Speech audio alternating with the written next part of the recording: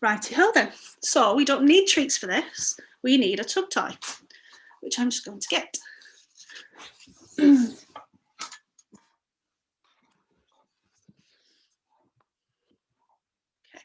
Really, really easy, this one. And it's something that people really struggle with. And the reason they struggle with it is because they get frustrated. Now, dogs tend to misinterpret frustration and excitement. So when you're frustrated, they think you're actually playing with them. And of course, you go, oh, dropping, oh, you've got my sleeve, oh, you're making a hole in it. Oh, of course, you're going to get frustrated. But what we want to do is use a toy to replicate them holding onto your sleeve or whatever it is, or that object that they've stolen. So they're more likely to leave this than something that they've stolen, like a pair of socks. So what I'm going to do is I'm going to teach her to take it and leave this toy, and eventually you move those skills onto other things. Come on, sweetie. So the first thing you want to do, you want to make your tug toy interesting. You want her to play with it. You want to get her engaged in playing. And then, yeah, like this, yes. And you get her engaged by wiggling the toy. If you've got quite a high drive dog, you just get them engaged just for a few seconds, just to get that energy level up. So she's starting to tug now. And what I'm doing is I'm playing one-handed, okay? So one hand to her signals play. Two hands on it will mean I want you to drop it. So what I'm going to do is put my two hands right close to her mouth, and then relax my hands so I'm not engaged with the game anymore. She will try and get me to engage. And then when she's adjusted her grip, as soon as she lets go, yes, good girl. Mark it with a yes. Whip the toy away. Good girl, well done. And then the next thing you want to do is hold the toy up like this, present it to her and say, take it. Take it. Take it. Yeah, good girl. She's learning then where she can take the toy. So one hand play.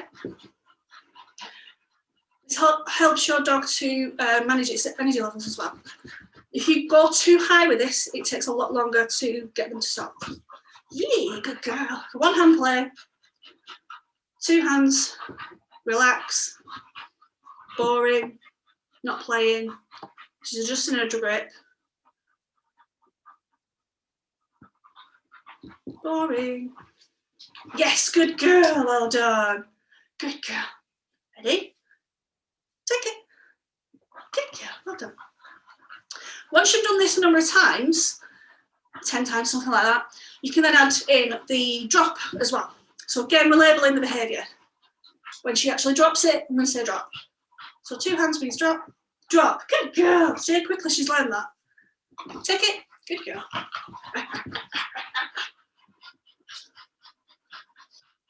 Two hands.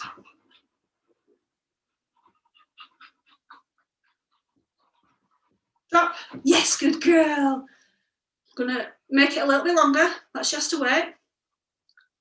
Take it. Good girl. Yeah. Good girl. Drop. Yes, good girl. Well done. I'm going to reward her with a throw of that. Looks easy, doesn't it? So we're teaching her to take it, teaching her to drop, and then we'll transfer that onto your sleeve. So when they grab your sleeve, you hold the sleeve with one hand, probably because you've got the other one. Hold the sleeve with one hand and just make it really boring. I'm not playing this game. Eventually they'll drop. Drop, good doggy, well done.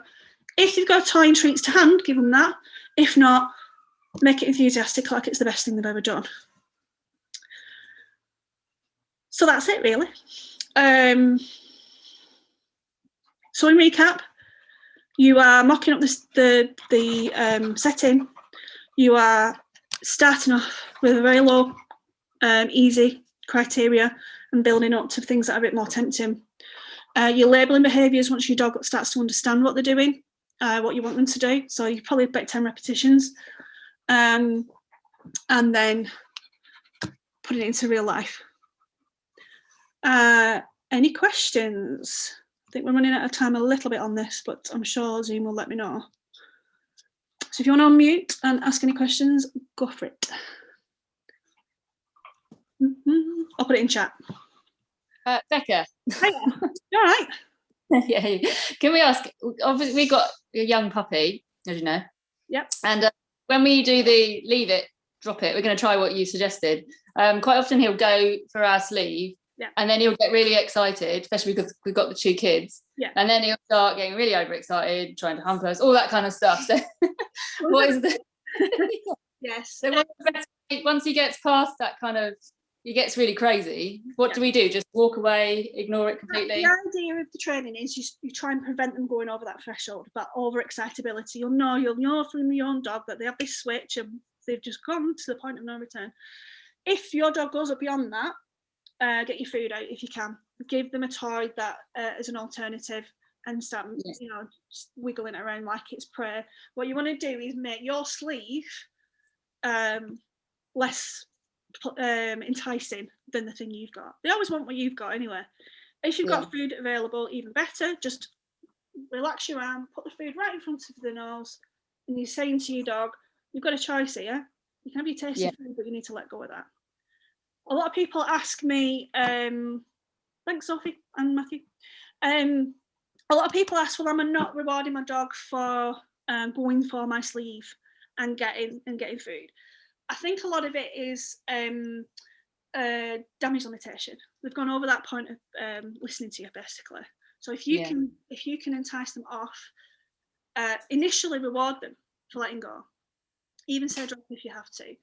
What I would do if it looks like they're taking the mick a little bit, let them, once they've let go, good boy, well done. Can you sit for me? Yeah, there, good. There's a treat for sitting.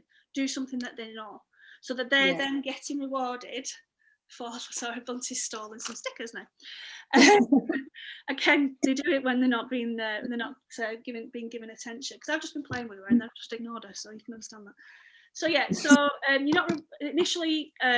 You want to tempt them off, but then as they start to grasp the idea, you want to then reward them for sitting, for listening to you. Hopefully, those incidences will reduce the more of this kind of training you do. Okay. Yeah. We're good to go then. Yeah. Thank you. Nice to see you, by the way. And Bunty says hi. Anybody else got any questions?